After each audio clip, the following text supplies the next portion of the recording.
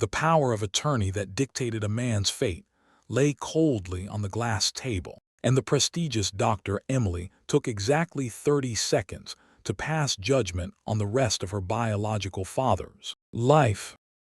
"Sign it, Dad, and we're even."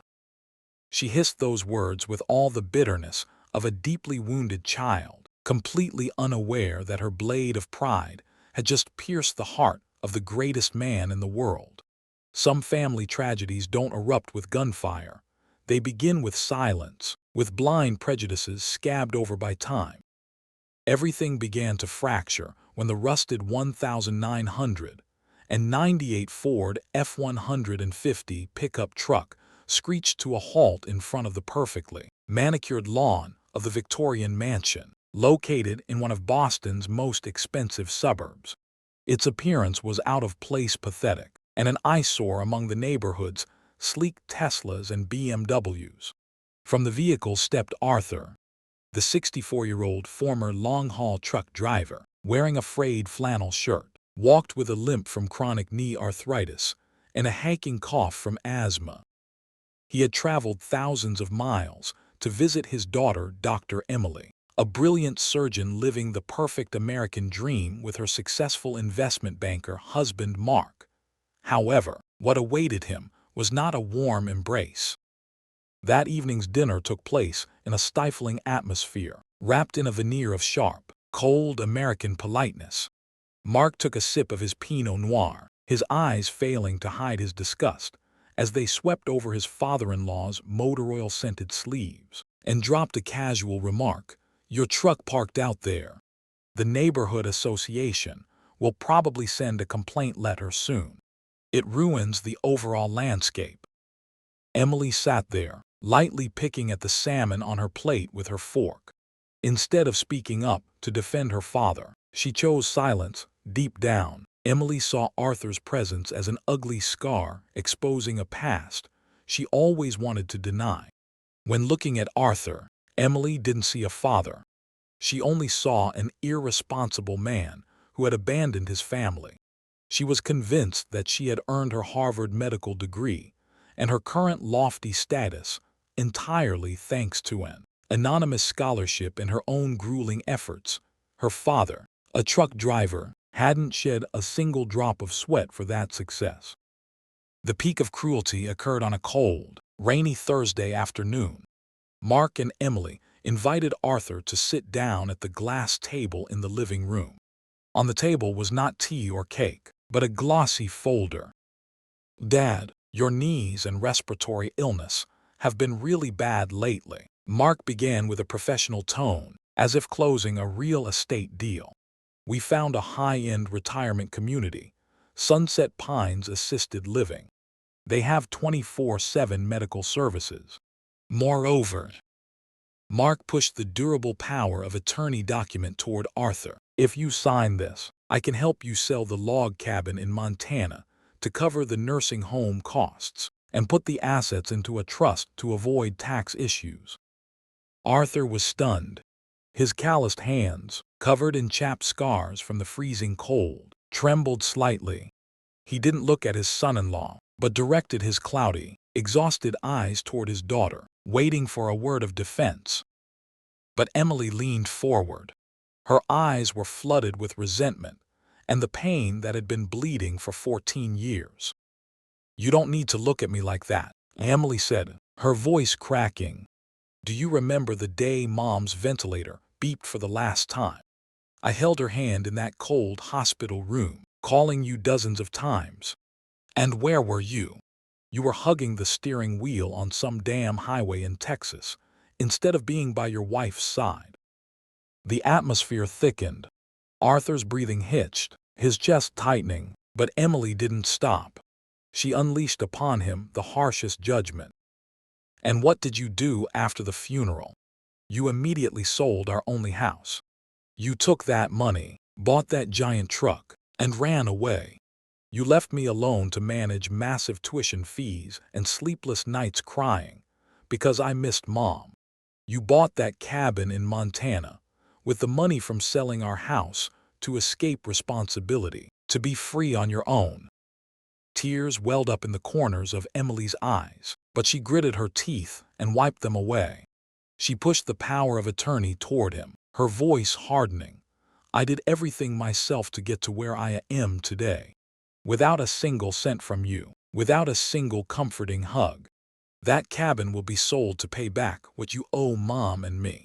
It's just a fair transaction. Mr. Arthur, sign it.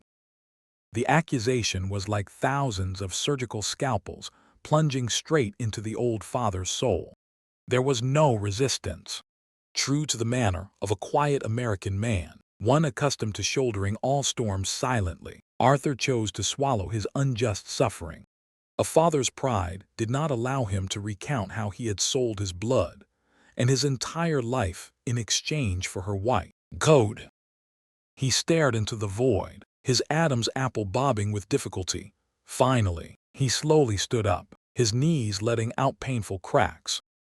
I understand, Dr. Emily, Arthur whispered.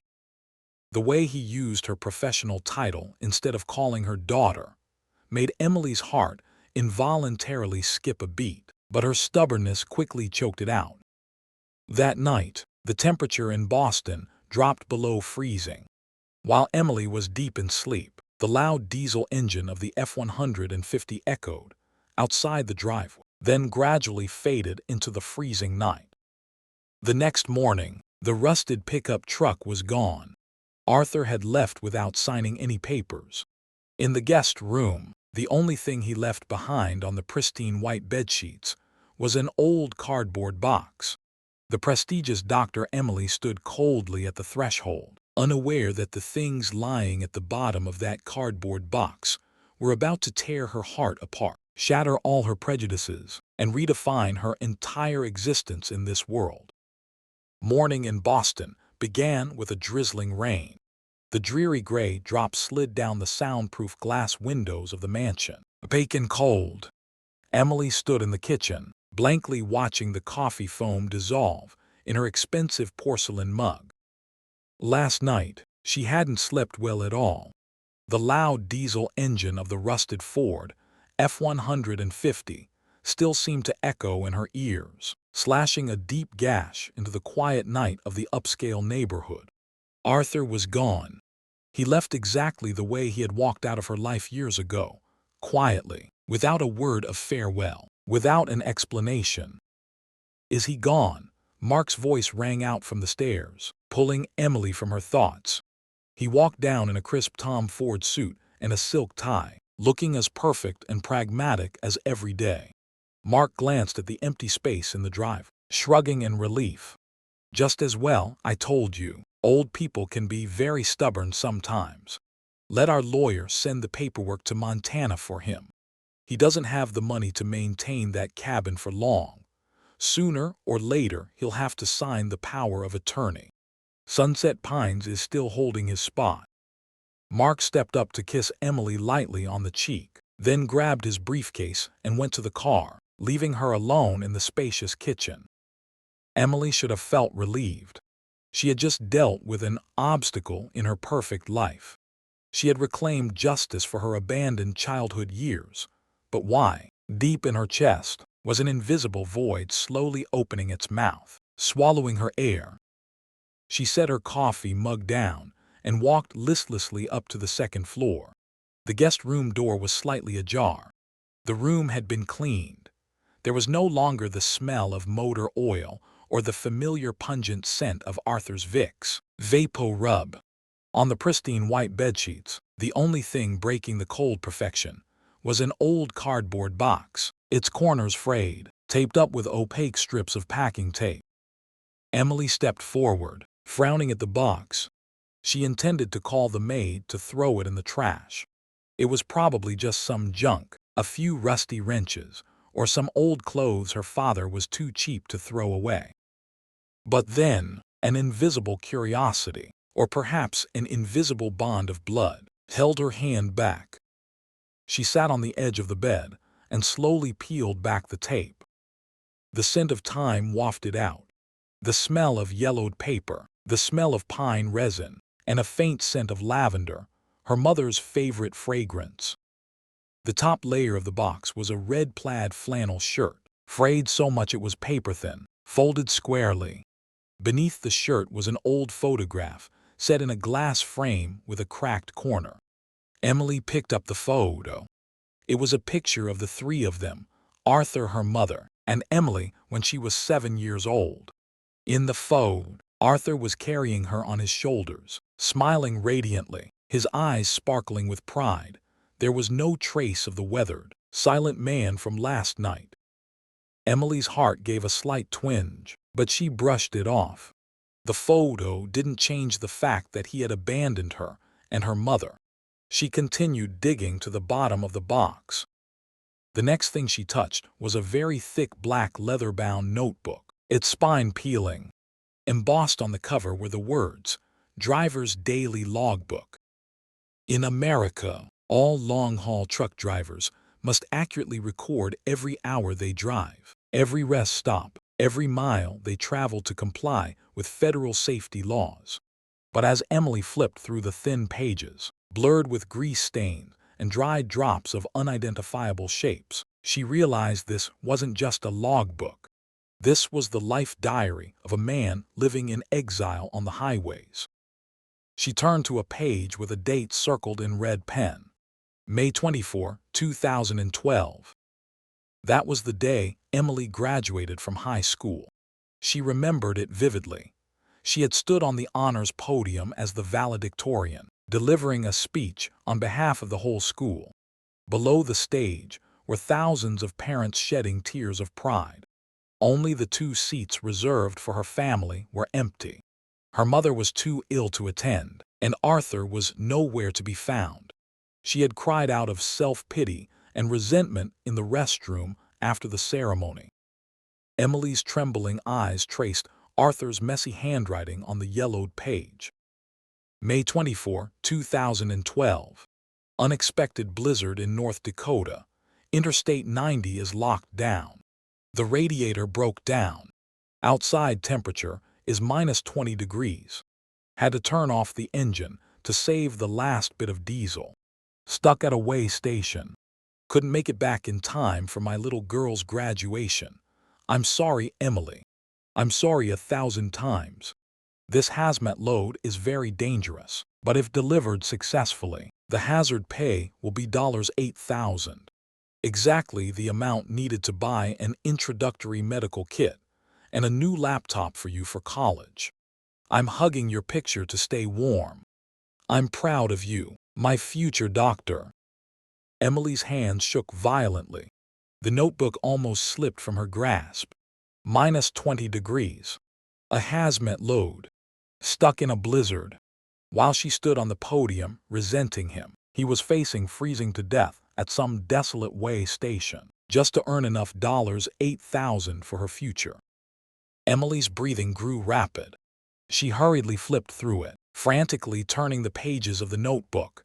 The numbers, the unfamiliar places were like knives, stabbing one by one into her wall of pride. November 14, 2014. That was the worst day of Emily's life. The day her mother died. She remembered screaming into the phone, leaving dozens of desperate voicemails, cursing him for being a terrible husband, a heartless man. She remembered he arrived a day late after her mother passed, his face darkened, sporting stubble, and his eyes bloodshot. She had refused to look at him throughout the funeral. The handwriting on that day's page could no longer maintain straight lines. It was scribbled and had huge smudges, as if the writer had buried his face in the paper and cried. November 14, 2014, El Paso, Texas. My wife is dying. Driven 36 hours straight without sleep. Drank my 12th can of Red Bull. Chewed coffee grounds to keep my eyes open. Only 400 miles left to get home. But the tire blew. The truck rolled over into a ditch. The police arrived. They forbade me from moving on. I begged them on my knees, asked them to let me hitch a ride to the hospital. I didn't need this truck anymore. But no one gave me a ride. Her ventilator stopped. I couldn't keep the promise I made when we married. I didn't make it back in time. "I'm sorry, honey. I am a useless man." Emily called. She was crying. My heart felt like it was being crushed. I didn't dare answer. "I have no right." A choked sob burst from Emily's throat. Tears spilled over, blurring her vision. She brought a hand to her chest, where a physical pain was truly present. Her father didn't run away. He almost lost his life in a rollover accident, just because he wanted to rush home as fast as possible. His silence at the funeral wasn't heartlessness, but the extreme torment and guilt of a helpless man. Emily dropped the notebook on the bed, her hands digging deeper into the box. She wanted to find an excuse for herself. No. After the funeral, he sold the house. He sold the house to buy an 18-wheeler to travel, to escape the responsibility of taking care of me. The weak voice of defense echoed in her head. And then, her fingers touched a stack of papers carefully wrapped in waterproof plastic. It was a thick folder. When Emily pulled it out, a stack of hundreds of money order receipts from Western Union and gas stations across America fluttered down onto the pristine white bedsheets. The light blue receipts, stamped with red ink. Sender Arthur. Recipient Sally Me. Memo tuition payment. Student ID. E99,384. Emily froze. Her mind spun. Sally Me. Student loans. In America, medical school tuition is a nightmare. Most medical graduates carry a debt of $300,000 to $400,000, and they have to grind until middle age to pay it off. But Emily was different. She always proudly told friends and colleagues that she was one of the lucky few to receive a full, anonymous scholarship from a charity called Horizon Medical Scholarship. She had absolutely zero student debt. She was financially free the moment she held her degree. She used that freedom to buy a house, open a clinic, and marry a man from the upper class. But now, the numbers on those money order receipts matched terrifyingly with the disbursements of that so-called Horizon Scholarship. September 2015, $15,000. January 2016, $18,500. September 2016, $22,000. She looked at the sender addresses. It wasn't a glamorous charity headquarters in New York. They were sent from the shabbiest truck stops in America, a Flying J in Wyoming, a Pilot Travel Center in Nebraska, a Love's truck stop in New Mexico. Beneath the stack of receipts were loan contracts, mortgage papers with exorbitant interest rates, and then she found the bill of sale for her childhood home. The house wasn't sold so Arthur could buy a truck to enjoy life. The house was sold for dirt cheap so he could have a large lump sum to pump into that fake scholarship fund, paying for her first year of college. And the 18-wheel Peterbilt he bought. It was bought with an installment loan. During the 8 years, she spent sitting in brightly lit medical lecture halls, sleeping in cozy student apartments, drinking Starbucks coffee every morning. Her father did not have a roof over his head. Emily began piecing the fragments together. The truth lay bare, so brutally naked that she felt she couldn't breathe. Arthur had lived entirely in the sleeper cab of his truck for 8 years. The 2-square-meter space behind the steering wheel was his bedroom dining room and his entire world. He showered at public gas station showers for $2 a time. He ate expired Chef Boyardee canned stews and dry hot dog buns to save every penny. He didn't dare turn on the auxiliary power unit, APU, heater in the winter to save fuel, which caused his asthma and knee arthritis to become chronic and ravage his body as they did now. He didn't abandon her. He had skinned himself alive, condemned himself to the very bottom mud of America's harshest working class, just so she could stand under the brilliant lights of the elite without being dragged down by the burden of debt. Oh my God, Emily collapsed. Her knees hit the oak floor hard. She clutched the stack of receipts, pressing them to her chest, as if she wanted those numbers, stained with blood and sweat, to seep into her bleeding heart. The pride of a prestigious surgeon completely collapsed, shattering into 100,000 pieces that slashed her soul. And at the very bottom of the cardboard box, lying quietly like a final judgment, was a yellowed white envelope. The handwriting on the envelope was incredibly familiar. It was her mother's handwriting. The letter was sealed, written in her final days, with the inscription, "To Emily, when you have become a real doctor." Emily's trembling hands tore open the envelope.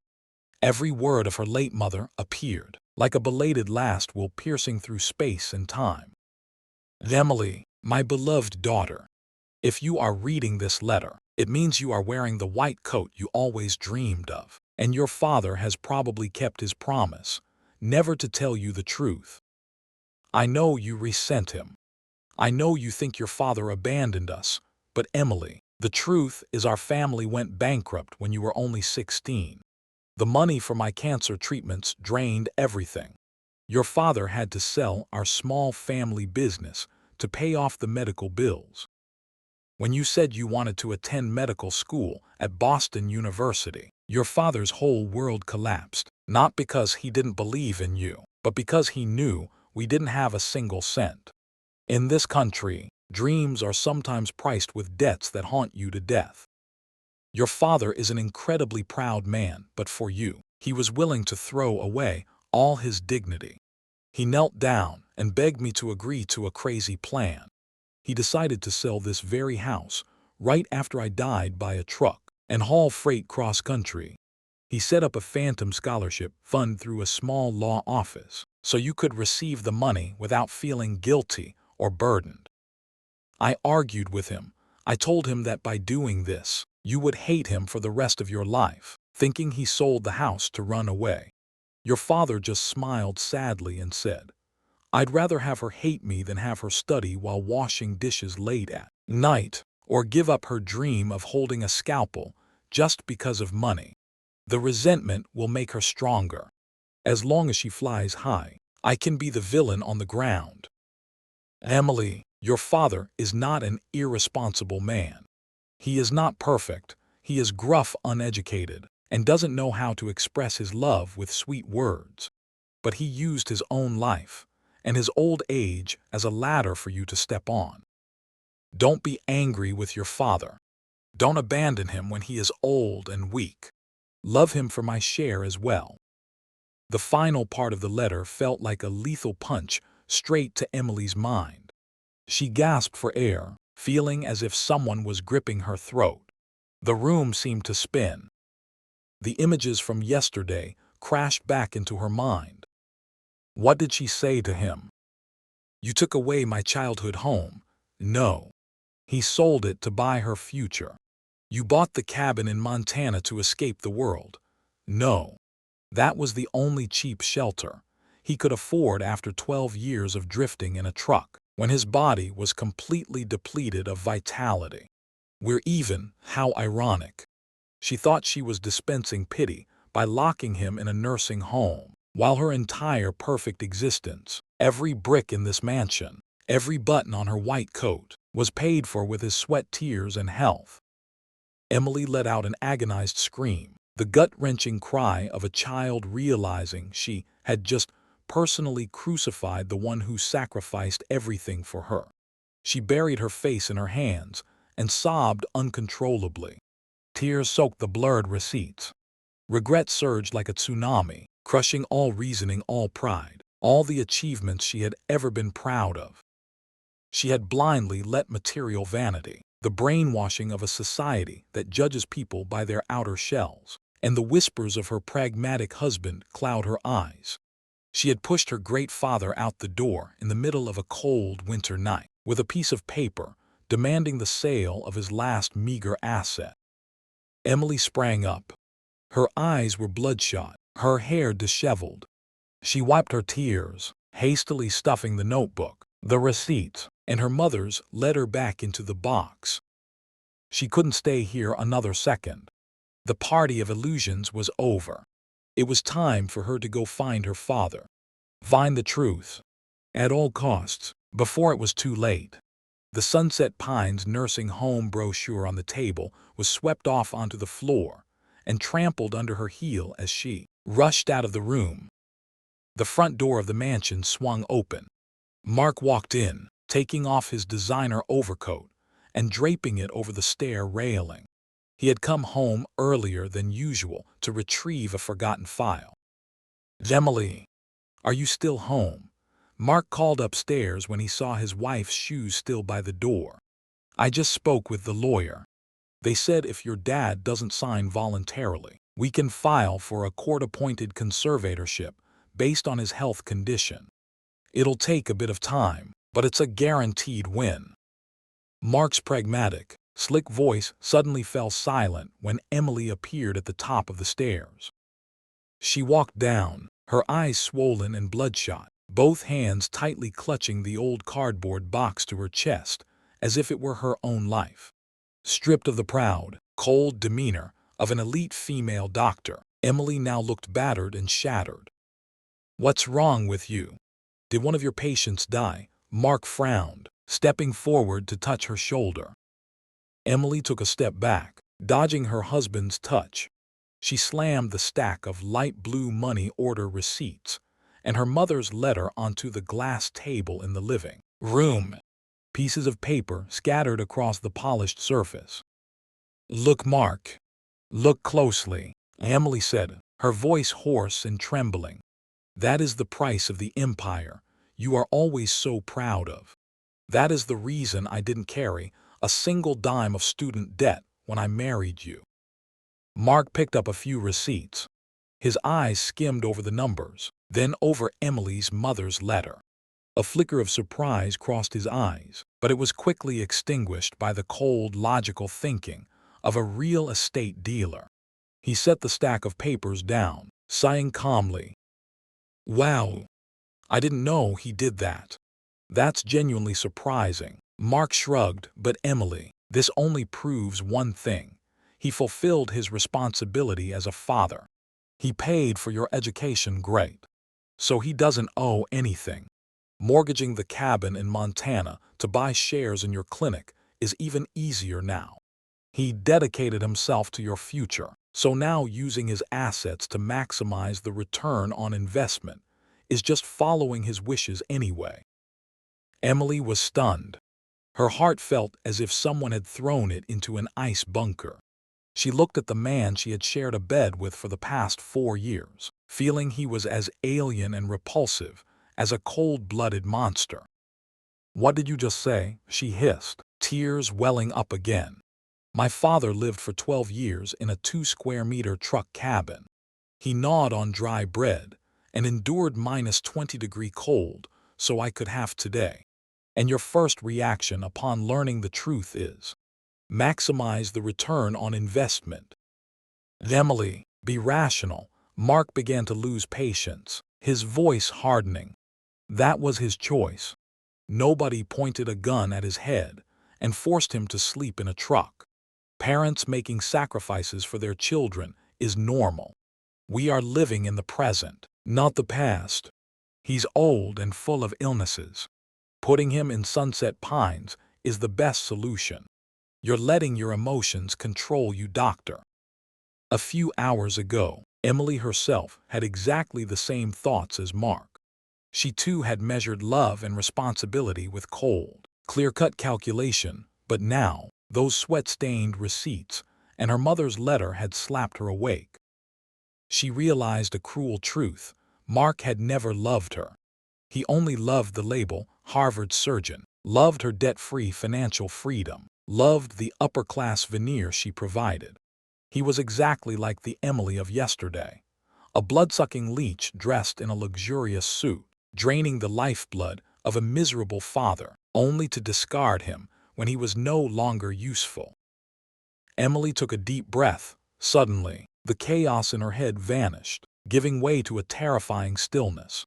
She reached up and slipped the sparkling 2-carat diamond ring off her ring finger, the symbol of a marriage built on vanity. Glack! The ring dropped onto the glass table, ringing out with a cold sound. "This marriage is over, Mark." Mark froze, glaring, "Are you crazy? Just because of an old truck driver." "Don't call him a truck driver," Emily screamed, her volume so loud it made Mark step back. "He is my father, the greatest man I've ever known. And I would rather lose everything in this house, rather bear the title of a failure, than live one more second next to a cruel man like you." Without giving Mark a chance to say another word, Emily turned her back and marched straight upstairs. She hastily shoved some clothes into a duffel bag, carefully placed the cardboard box in the middle like a treasure, and bolted out of the house. Getting into her Volvo SUV, Emily started the engine. The seat heaters immediately radiated warmth. She looked down at the GPS screen. Destination: Bozeman, Montana. Distance: 2,100 miles. Estimated time: 31 hours of continuous driving. She shifted gears. The car sped off under Boston's gray rain, beginning the longest and most painful pilgrimage of her life. The journey along Interstate 90 West was not just a geographical journey, but a psychological torture for Emily. Every mile she passed, every truck stop that appeared along the road with flashing neon lights, felt like knives stabbing into her remorse. She saw the giant 18-wheelers parked in long rows in the snowy Ohio night. She saw the old drivers, shivering in thin jackets, stepping out of their cabins to buy a cheap cup of coffee. Among thousands of those anonymous drivers, there had once been her father. Driving through South Dakota, the outside temperature dropped to -5 degrees Celsius. Emily turned the heater in her luxury SUV to maximum, but she still felt freezing. The cold didn't come from the weather, but from memories. She recalled Thanksgiving during her second year of med school. Arthur had driven out of his way to Boston to visit her. He brought a small turkey bought at a supermarket. At that time, she was hosting a party with her wealthy classmates. Seeing her father's shabby appearance and his boots caked in muddy snow, Emily pulled him out the back door. She shoved $50 into his hand and said, "You came unannounced. My friends are here. Go buy yourself something to eat, I'm busy." That day, Arthur's hand reaching out to stroke her hair was as cold as ice. He just smiled, kindly nodded, set the turkey down on the steps, and turned away. Now, after looking through the logbook, Emily knew that on that day, the heater in Arthur's truck was broken. He had driven for 40 hours with no heat, just to deliver the turkey to her in time. And instead of inviting him in to warm up, she chased him away with $50, less than half the spare change he scrounged to send her every month. "I'm sorry. I'm so sorry, Dad," Emily sobbed, burying her head in the steering wheel, while parked at a desolate gas station in Wyoming. Her crying burst out, lonely and desperate, amidst the sea of white snow. Her pride had killed her father's youth. Would he still have enough strength to wait for her to arrive and say she was sorry? On the afternoon of the third day, after more than 30 hours of driving with bloodshot eyes from sleep deprivation and exhaustion, Emily finally arrived in Bozeman, Montana. The scenery here was wild and majestic, yet incredibly harsh. The towering Rocky Mountains, covered in white snow, reached up to pierce the gray sky. The GPS led her off the asphalt road, onto a bumpy dirt path, flanked by old pine trees, bending in the cold wind. At the end of the road, a clearing appeared. A small, simple log cabin. The chimney puffed out thin, weak wisps of white smoke. Parked in front of the porch was the familiar rusted Ford F-150. Emily turned off the engine. It was so quiet around her that she could hear her heart pounding in her chest. Her legs felt as heavy as lead as she stepped onto the powdery snow. The wind howled through the canopy, chilling her to the bone. This was the luxurious retirement place she had condemned her father to. No swimming pool, No modern fireplace, no servants, just a patched-up, dilapidated wooden shack, much like the remaining life of the man living inside it. A final refuge for his physical and emotional wounds, to be gnawed at in silence.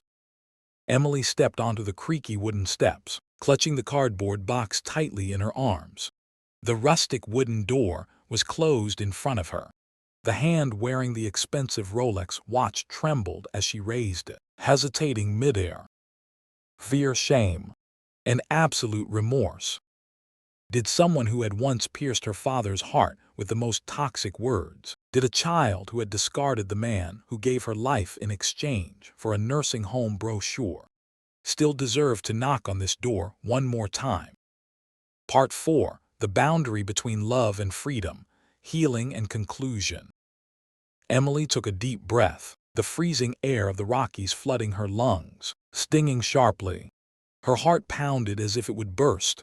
Her hand, the hands that never trembled when holding a scalpel, facing the line between life and death, now shook violently as she reached out to knock on the rustic wooden door.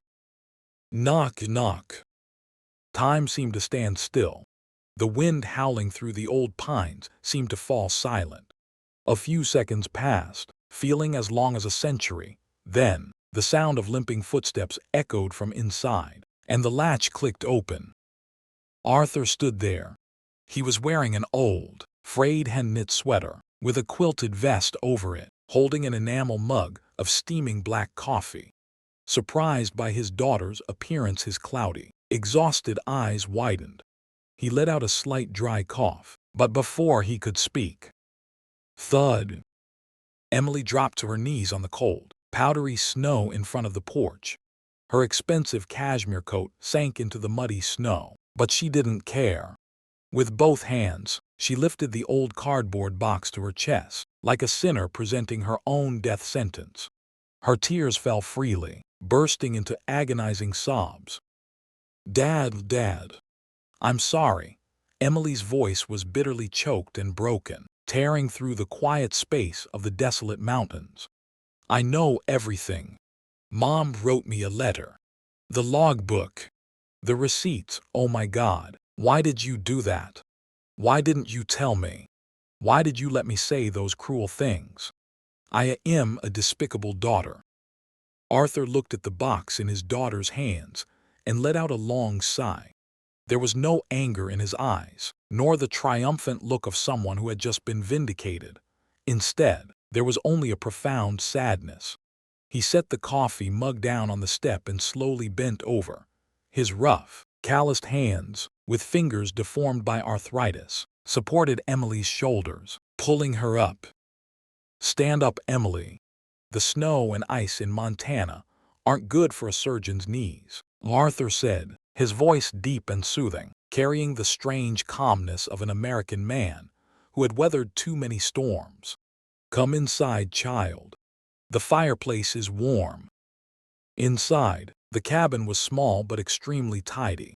There was no luxurious furniture, just an old leather armchair, a small wooden table, and a wood-burning fireplace crackling away. The smell of pine wood mixed with roasted coffee brought a strangely peaceful feeling. Arthur handed Emily a hot cup of tea. He pulled up a stool to sit opposite her, rubbing his hands together. "I promised your mother I would take this secret to my grave." Arthur smiled sadly, his eyes gazing distantly at the dancing flames. "It's just, I left in such a hurry that day. I'm old and absent-minded, so I left the box behind in Boston. My fault."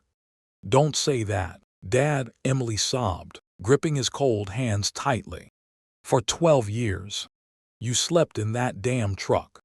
You ate expired canned food. You almost froze to death at a way station, while I leached off your flesh and blood and was smug about my own brilliance. I wanted to take away this house, wanted to lock you in a nursing home, just because of my garbage pride. Why did you endure my humiliation? Why didn't you slap my face and tell me the truth?" Arthur gently pulled a tissue and wiped away the tear rolling down his daughter's cheek. "Because, Emily, In this country, poverty and debt are an iron cage that suffocates the dreams of children. Arthur said softly, "When you said you wanted to be a doctor, I saw the light in your eyes. Your mother and I had nothing to give you but a name. If I told you that money came at the cost of me selling the house and living like a homeless vagabond, you would never have had peace of mind to study. You would have given up. You would have bound yourself in guilt. I'd rather let you hate me, let the anger motivate you to push forward, than let gratitude crush your wings." His boundless grace wasn't flashy or loud, but silent and vast like the very highways he had traveled. It struck a fatal blow to Emily's selfishness, completely cleansing her soul. "I left Mark." Emily looked up, her gaze resolute through her tears. "I don't need that fake life anymore. Dad, please. Come back to Boston with me. Please give me a chance to be a real daughter. I have money. I will buy a house with a big garden. I will hire the best doctors to treat your asthma. I will cook dinner for you every day. We will start over. You will never have to be lonely again." She waited for her father's nod, for the textbook reunion hug she often saw on TV dramas. But Arthur only smiled, a toothless warm smile, but his head shake was incredibly decisive. "No, Emily." Emily was stunned. "Why? Do you still not forgive me?" "I have never been angry with you to need to forgive you." Arthur patted the back of her hand lightly. "But I won't go back to Boston. For the past 12 years, the 2-square-meter cabin behind the steering wheel was my home. Now, this little wooden house is my world. I like the dry, cold air of Montana. I like that I can chop my own wood every morning." Just then, from the tiny kitchen behind Arthur, a woman in her 60s, wearing a small floral apron, brought out a plate of freshly baked, fragrant blueberry muffins. She had a gentle face, the wrinkles around her eyes showing experience yet peace. Arthur smiled, turning around to take the plate from her hands. "Emily, this is Alina. We met at the pilot truck stop in Idaho. She used to pour me coffee at 3 a.m. during snowstorms. Now she's here, lighting the fireplace with me, drinking coffee, and watching the sunset with me every day." Alina nodded in greeting to Emily with a kind smile, then thoughtfully retreated to the kitchen to give the father and daughter privacy. Arthur turned back to look at Emily, his eyes exuding a strong sense of self-respect and independence, deeply embodying the spirit of a true American. "You see, Dr. Emily," Arthur said, "I have my own life. My job as a father is done. My sacrifice years ago was a gift, not a profitable investment, so I could demand care in my old age. I gave you wings not so you could fly around taking care of a sick old man, or use filial piety as shackles to bind your life. Fly high, use those hands to save lives, live a meaningful life. That is the only way you repay me." Arthur's words were like a cool stream, washing away all the gloom and prejudice in Emily's heart. She finally understood culture, love, and healing are sometimes not about forcing others to live according to your definition of happiness. True love is respecting the other's boundaries, letting them live fully with their own choices. Arthur didn't need material repayment or to be taken care of. He needed the respect of his right to be an independent man, living the final years of his life where he belonged, beside the woman he chose. Emily stopped crying. A rare smile of relief bloomed on her lips. She leaned forward, wrapping her arms around her aging father, a real hug, warm and tight, after 15 long years. Arthur's scent of dry wood and coffee made her feel more at peace than any luxury perfume in Boston. "I understand, Dad," she whispered against his shoulder. "Thank you for everything." 6 months later, one brilliant morning, in a poor working-class neighborhood of South Boston, Dr. Emily stepped out of the newly established community clinic named Arthur and Horizon. Since her trip to Montana, she had resigned from the expensive private hospital, finalized her divorce from Mark, and used all her savings to open a free clinic dedicated to serving manual laborers and long-haul truck drivers without health insurance. She no longer wore dazzling designer clothes, instead donning simple scrubs and a pristine white coat. Her heart no longer had a void. It was filled with dedication and selfless love. Emily walked to her desk and poured herself a cup of black coffee. On the right corner of her desk, solemnly framed in oak, wasn't her Harvard degree or medical awards. It was a postcard sent from Bozeman, Montana. The photo captured a blazing sunset over the Rocky Mountains. Arthur and Eleanor were sitting on the porch of the log cabin, each holding a bottle of Budweiser, the smile on Arthur's lips radiant, free, and serene. On the back of the postcard, the ex-truck driver's messy handwriting was carefully penned. "My fireplace always has wood waiting for you to visit. Proud of you, my angel in white. Dad, Arthur." Emily smiled, gently running her finger over the words. There are mistakes that seem like they will carve an endless abyss in our souls forever. There are careless words thrown out that carry the destructive power of 1,000 knives. But the story of life of family does not end when we stumble or hurt each other.